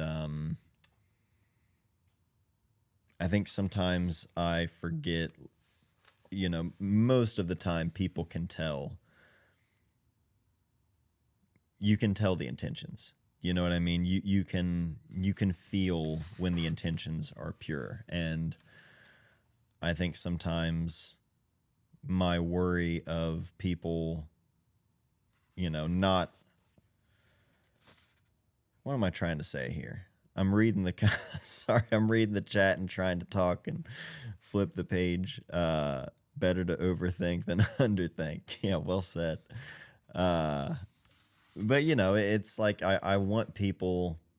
If I were to go into those scenarios or those scenes in the Shelby Lee Adams book, like I just mentioned, I would worry because I understand how people view things, and I've seen people be cruel. I would worry that people would take it the wrong way. Does that make sense? Or they would. I don't want anyone to ever put their guard up out of fear, thinking that of having any like negative intentions or anything like that. And yeah, I think I need to like remember I'm thinking that, and I'm worried about that simply because that's one of my biggest fears. Nobody else is worrying about that but me. That's me projecting onto those people, if that makes sense. So you just gotta trust. People can tell when your intentions are pure. That's my long-winded way of saying that. Paulie B, we got a walkie-talkie in the chat. Paulie says, "Hi, hi Matt, longtime viewer here. What is / are your photo books where the photographer is documenting their children? Peggy Nolan's Juggling is Easy." I mean, that is absolutely that's probably my favorite one at the moment when it comes to people photographing their own family. I mean, Sally Mann was like the introduction. I think that was the first time I saw a photographer like turn the camera towards themselves, and it's a totally different approach and style than something like Peggy Nolan. But Sally Mann's Immediate Family was and still is like a book that I appreciate, but it's not the kind of photography that really resonates with me. So it was an important book for me, but it's not one that I get inspired by in the same way. Mary Fry, Real Life Dramas, and actually Mary Fry, Reading Raymond Carver. And we'll take a look at one of those right after this word from our sponsor, Matthew Genetempo, this book. We're not doing an ad read, guys. Don't click away. I'm just kidding. But yeah, I would say Mary Fry, most likely Peggy Nolan. Yeah, people with their own. Oh man, I don't know how I blanked on this one. This one, I think it's because it doesn't feel as much like documentary in the way that someone like a Peggy Nolan or Mary Fry might feel. But Doug Dubois, All the Days and Nights, that is incredible. Like talking about turning the camera on your own family and the way it's done. All the Days and Nights by Doug Dubois is unreal. I'd probably go with Off the top of my head, I'm thinking those three. I'll probably think of another one, and if I do, I'll shout it out probably mid sentence when we're talking about something completely different. But right now, those are the three I'm thinking, Polly. And I hope you're well, brother. We were talking about a barbecue the other day. I want some of that. What was it? What was the chicken in Atlanta? Lemon pepper. Lemon pepper chicken. Is that what we had? I've been craving it ever since. Been a long time. Lemon pepper wings. Yeah, that is what it was. That's what I thought, man. Hell yeah. Dogs are going nuts. Can you guys hear the dogs next door?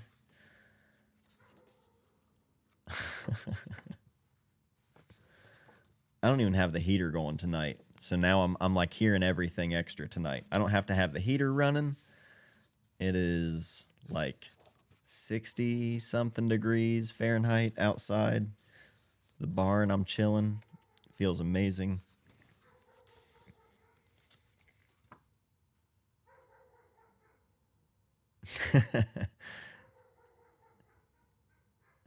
City of Darkness.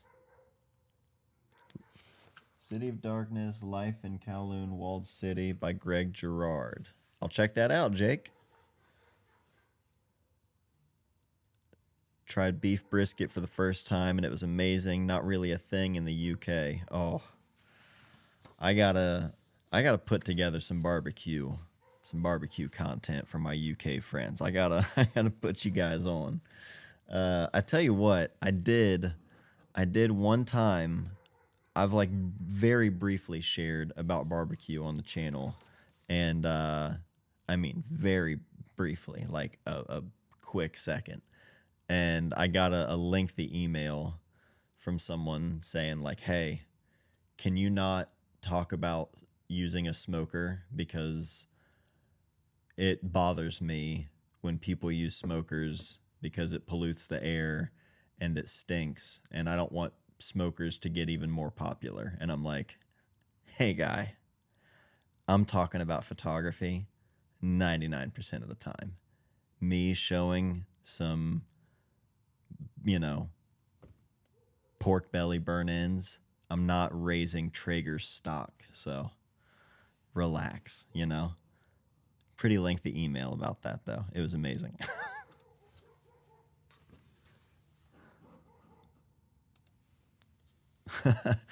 Alex says my dog jumped up hearing the background noise. Yeah, I'm pretty sure that's old Benny next door. He's a working dog. He's always out there guarding his ducks and chickens, and there's a turkey out there. What else they got? There's all kinds of stuff. Neil says, I'm British and I live in the U.S. I do my Sunday roast over an open wood fire. Best of both worlds. Hell yeah. Oh, Shane, what's up, dude? More smoker content, please. Community barbecue, who can sponsor that? Dude, legitimately, that's what Polly and I were talking about yesterday or whenever it was. I keep saying, like, one of these days I want to have a massive barbecue where, and I just have like a home smoker, it's my brother's. It's not even mine. I just use the thing.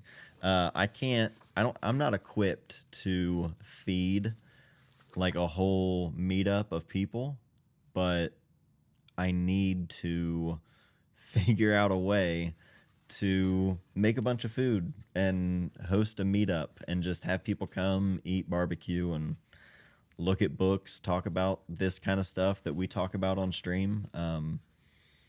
I don't know how. One day, that's like a life goal.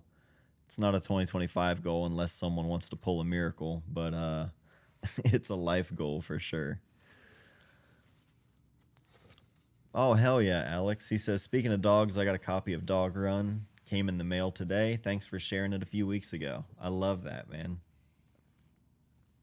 My goal, especially with stuff like this, I mean, that's kind of the nice thing about the streams in all honesty, is being able to just share quick looks at stuff like that. Not make an entire video about that one book, but if one person goes out and picks up a copy of it, that's amazing. Bring your own meat. A meet up. I appreciate that. As a dad, I appreciate the dad jokes. Oh. Mary Fry. Reading Raymond Carver.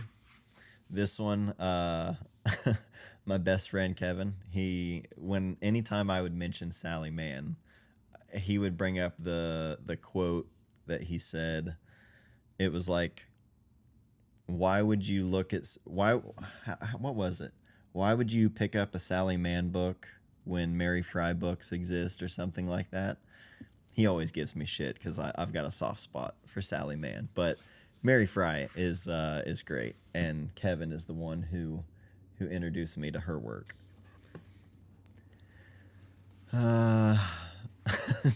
No, Matt, do you think you're the most famous person in Chillicothe, Ohio? You've got to be right. No, I've got to say AJ. Good.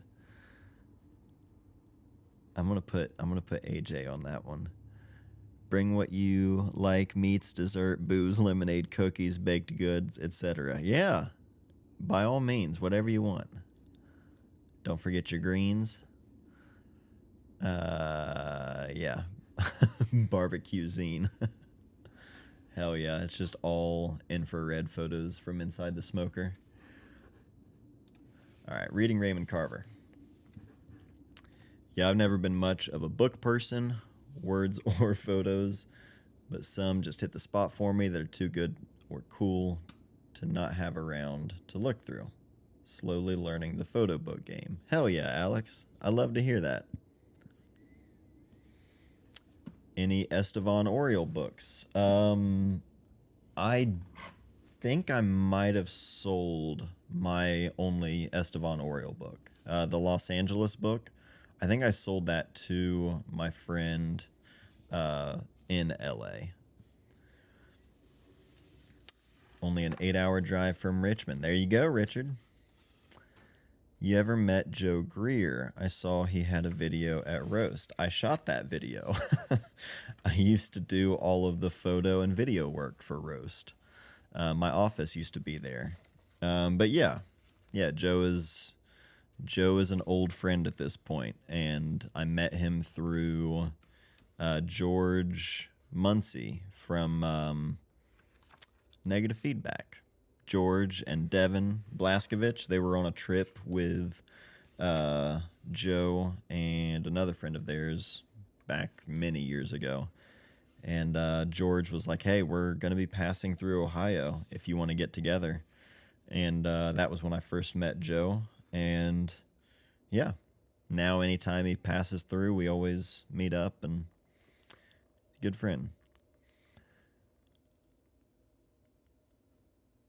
John says, I have to say, Matt, I'm a longtime fan and YouTube subscriber, but this is my first time joining the live stream. You're doing a great job sharing content with us and checking the stream. I appreciate that. This is something that I've been doing every week this year, and really wish I would have done it a lot sooner, but given essentially where my office is and raising a family and timing, it's been a challenge. But now, since I've moved my studio out here to the barn, I'm able to not worry about any interruptions. I mean, even like just saying that makes me feel guilty for saying that as if it's a bad thing. But it's just, when you got kids, that's just what it is, that you can't plan for it. And especially with our daughter, who is developmentally disabled, there's a lot of unexpected things. And so at any moment's notice, she'd be at my door at the old spot in the house. So this new setup out here, it works really well. I'm able to have like time to just not have to worry about stuff like that. And be able to just hang out and, I don't know, like connect with all of you. Um, it's one of the hardest things to juggle is like finding time and finding that work life balance, especially when you're self employed. And so these live streams have been, it's eliminated that barrier of like finding the balance when it's like I know Wednesday nights we're all here together hanging and I put Nora, my daughter, I put her, to bed before I even come out for the stream, so it's just I'm able to like fully be present here with everyone and not worry about what's going on inside and whether or not my wife needs help or if my brother needs help with anything. um, yeah, these streams have just they've been great. So I appreciate everyone here always hanging with me. I definitely needed it. Clyde Butcher, Josh says, Clyde Butcher, often compared to Ansel Adams. Yeah, for sure. Lives a few hours away from me here in Florida. His nature work is phenomenal / living legend. Yeah, absolutely. I remember when I first sort of started like looking into the people who were still using large format and like shooting landscape stuff, like to your point, getting that comparison to Ansel Adams. I remember first seeing him working in the swamps and just, up past his waist in the swamps with his large format camera, and I was just like, that's a level of dedication I've never experienced. Thank you, Mel. We're lucky. We're very lucky. It's oh my gosh. They're a handful.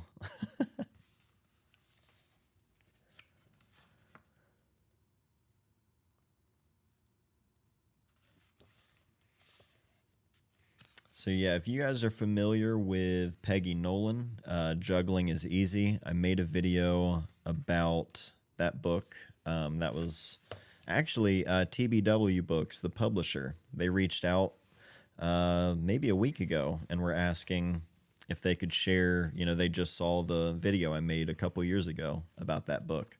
Like, hey, we just saw that. Can we? Would you mind if we shared it? And I'm like, no, of course. So that was cool. I feel like because that's not the first time that like a publisher has reached out, not interest in like me or my work, but just interested in sharing the videos about the photo books, which is cool. Like I hadn't really thought about that, but I've had another book publisher actually just today emailed me about checking out one of their books, and I don't know. I'm gonna keep flipping through here as I talk about this, but I don't know. I want you all to share your thoughts on everything, everything in regards to this. Like, I get emails from people saying like, "Hey, if I send you my book, will you make a video about it?" I get emails about that a lot, and I don't do that because I feel like that, to me, that feels like that cheapens the I don't know what the word is or what it is I'm trying to explain, but it's like if I'm bringing you a book and showing you something, it's because I'm excited about it and I want you to see it. And I want it to stay that way. So when people reach out, it's usually like, hey, it's oftentimes it's people that I've never met or talked to or seen their work. But sometimes it is people that I've seen their work. And one of them being a photographer who, like, we've talked about on stream. I've shared their book on stream and like talked about it, and I don't think they even saw that because it was on a live stream. It wasn't like a video that they just happened to see. But they reached out and asked if I was interested in checking out their new book and like reviewing it or whatever. And I told them I'd be interested in having them on the channel for like a conversation and to talk about it. And they were like, "Oh yeah, that'd be great too." And so I'm excited about that, and that's gonna be fun. But um, I don't know. I feel like the idea of it's almost like the PO box thing. Like I have a PO box where people can send zines and books, and I have tons of them, and I still do get them all the time. But I don't make videos showing all of the zines and books that get sent in because I feel like that.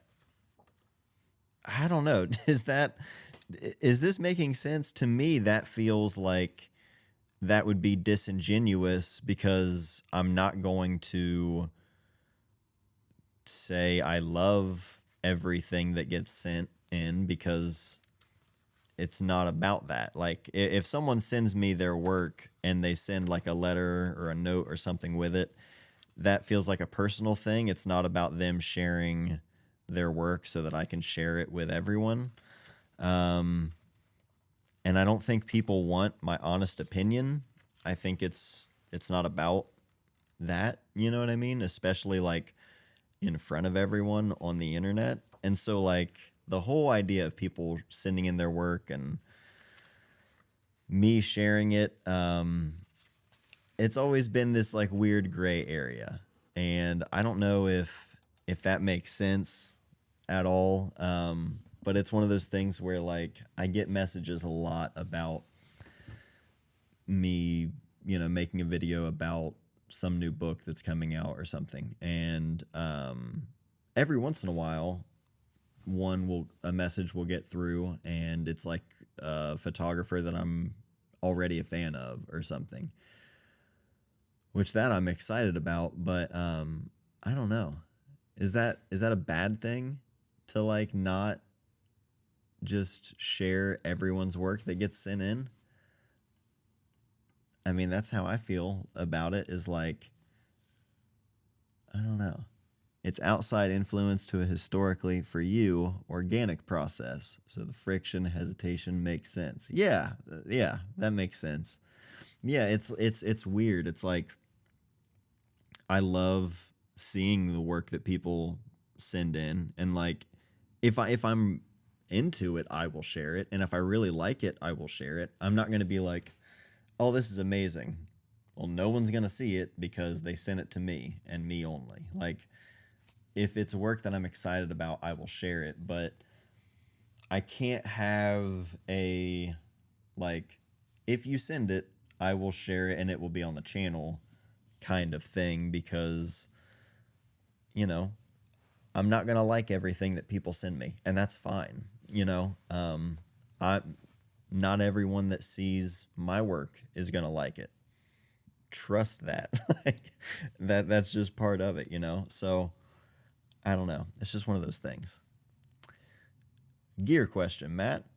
You see all the Leica M6 love and attention, but never the MP. Why is this, you think? Is there some inside joke / meme on the MP or something?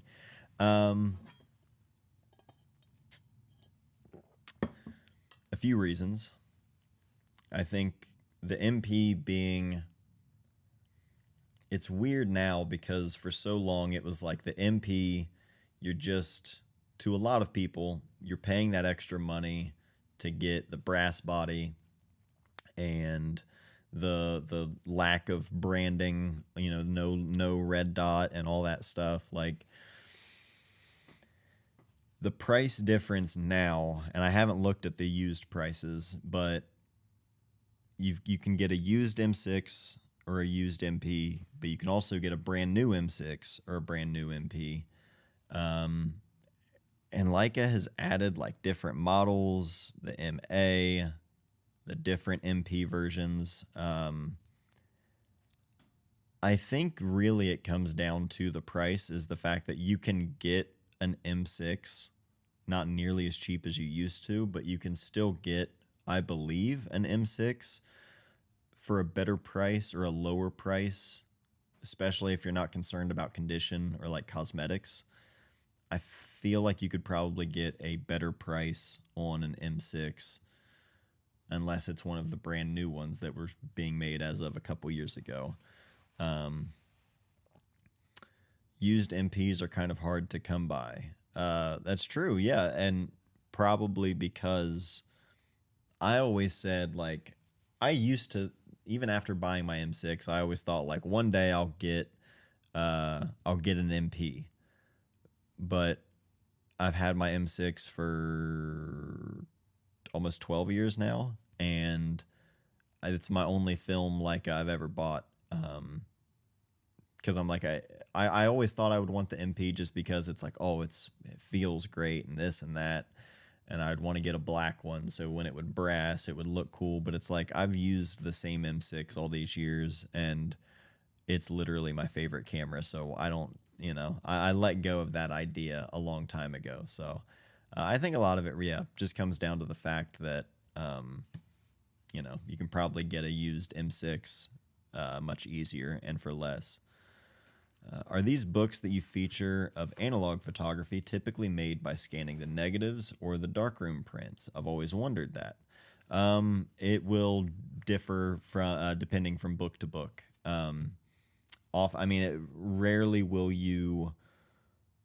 it say specifically in the book. You might be able to find out by like reading interviews or talking to the photographer or something, but most of the time it's going to differ from book to book. And sometimes you can tell based on the look of the photo.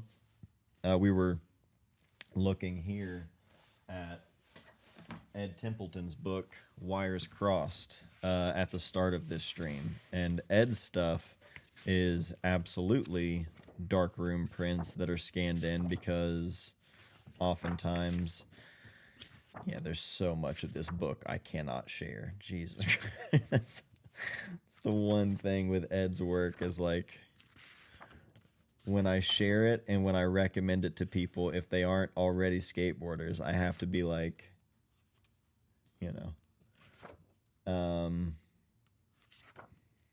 well, probably be quicker to find this. Here you go. So, shared this recently. You see the frame border there? If you see this kind of thing, I guess now you can scan it that way as well, but oftentimes you can tell when something was printed in the darkroom, and so if that is present, most likely, you're looking at something that was printed in the darkroom and then it was scanned, but it'll differ from book to book. Also, all my skate heroes use the M6. Yeah, legitimately, that was how I found out about Leicas and the M6. Was like I saw Ed Templeton using one. I saw Jerry Sue using one. There were different photographers that I would see where I'm like, there must be something to that camera, because it was like I was noticing certain kinds of photographers and sort of like, not like, in a way, like certain like groups of skateboarders or like crews of people, like certain cliques of people. I would see them with it and I'm like, okay, I always like the way this person skates. I always like the music they skate to. I think they look cool on a skateboard. Like, what is it with all of these different people that are all using these same similar cameras? And it's a camera that didn't look like the one I was using, but I could tell it was like a film camera, And then when I found out what it was and how much it cost, then I was like, oh, okay. So eventually, one day, and eventually years later, I bought one. Oh, they're out there, Anthony. They're out there. I remember watching, it was probably like 2011, 2012, back when the Barracks was a thing, an actual thing, and they had the Shoot All Skaters series. I remember Arto showing like an X-Pan back then, and Yoon shooting with like a Contax G2. Most of the like photography little stuff I learned was just through like looking and seeing a photographer from skateboarding using something and like zooming in. Uh, my Super 8 camera. The only reason I have the Super 8 camera that I have, which is a Minolta XL601, is because if you watch I want to say it's the credits. No, it's the beginning of the Friends part in the Enjoy video, Bag of Suck. Um, Joe Brook is filming Jose Rojo do a backtail 360 shove. If I remember specifically, I think he does backtail 360 shove. Joe Brook is following, filming, and he looks at the camera and reads off the Minolta like name, like the XL601. He like reads it off, all like showing it off in a joking way. And I was just like, cool. That camera looks fun to shoot with, and now I know what it's called. And I just looked it up on eBay and was like, oh, it's a Super 8 camera. And that was how I started shooting Super 8, because I didn't know what kind of camera or what was good and what wasn't. I just was like, okay, Joe Brook is using it, and I don't think he would steer me, steer me wrong. So that was how I found a lot of stuff, was just looking it up and trying. There wasn't really anyone to go to ask questions. Mel says, wonder how many M6s have been smashed by skateboarders crashing or falling or being fools and getting drunk and leaving it somewhere or something. Oh no. Stream froze up. Are we still good?